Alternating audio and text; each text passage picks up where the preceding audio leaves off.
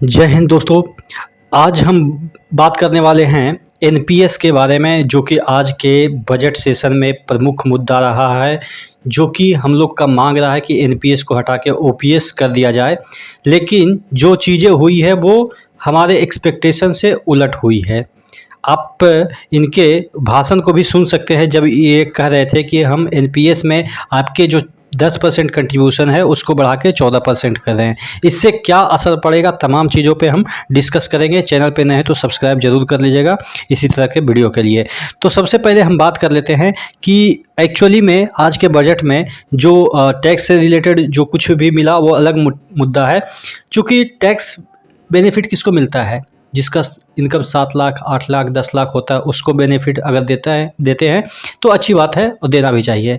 लेकिन जिनका इनकम ही है 4 लाख 5 लाख, यानी कि जो ग्रुप डी के ज़्यादातर कैंडिडेट होंगे, या ग्रुप सी में भी जिनका कि सैलरी उतना होगा नहीं, 40-45 हज़ार होंगे, 6 लाख मुश्किल से ग्रॉस हो पाते होंगे सैलरी, तो वो लोग को टैक्स बेनिफिट मिले या ना मिले फ़र्क ही नहीं पड़ता है। ज़्यादातर तो वैसे ही कर्मचारी हैं जो कि 6 लाख 4 लाख के अराउंड में सर्वाइव कर रहे हैं, और उसमें भी देने के बजाय इन्होंने ले लिया है।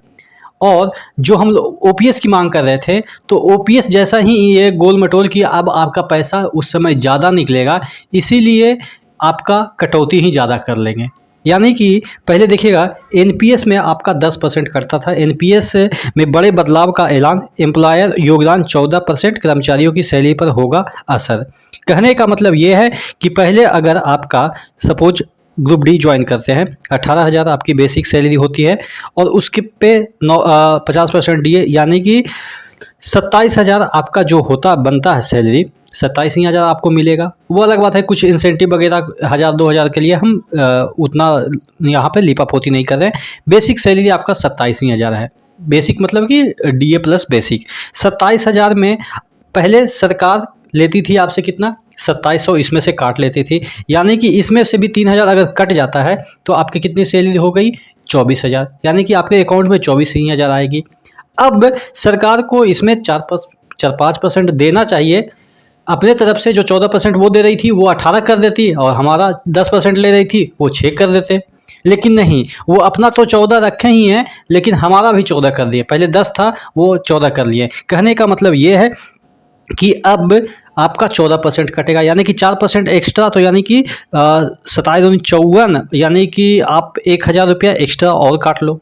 यानी कि जो पहले 3,000 कट रहा था अब आपका 4,000 कटेगा। 27 में 4,000 घटा दो तो कितना बच गया, 23,000, यानी कि सैलरी अब आपकी 23,000 आएगी। जो एक महीने पहले तक आ रही थी 24,000, अब आएगी 23,000। यानी कि सरकार देने के बजाय आप ही से ले रही है। और ये पैसा क्या बोल रही है सरकार कि हम आपके लिए कहाँ लगा रहे हैं, मार्केट में लगा रहे हैं, और उसके बाद रिटर्न आपका अच्छा आएगा, और जो आपका सैलरी बनेगा यानी कि पेंशन बनेगा वो अच्छा खासा अमाउंट बनेगा।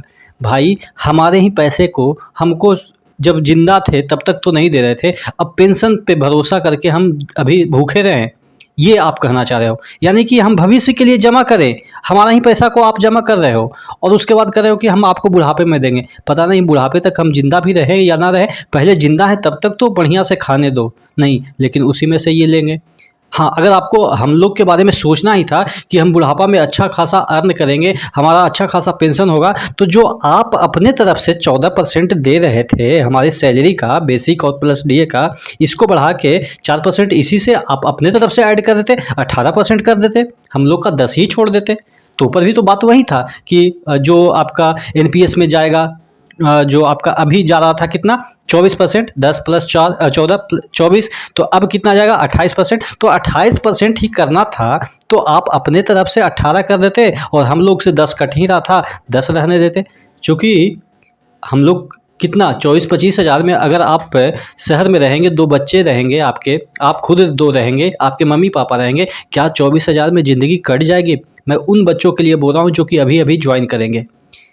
क्या 24,000 में, इस महंगाई में आपकी 5-6 लोगों की ज़िंदगी कट जाएगी? अगर एक बीमारी होता है 20,000 खर्चा हो जाता है एक दिन में, और आपकी 20,000 सैलरी ही मिलती है, तो कहाँ से आप ज़िंदगी जी पाइएगा?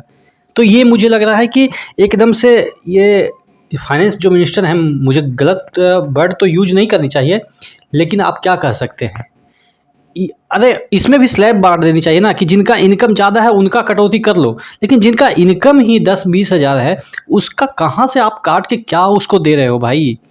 साला 10 हज़ार तो आपका क्या बताएं, अंदर से दुख होता है।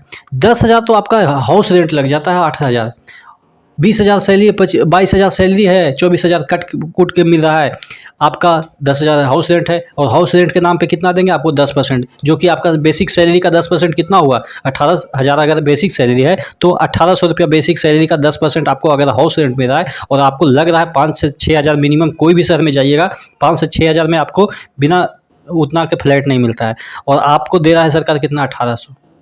क्वार्टर उनके पास है नहीं बहुत सारी जगह पे।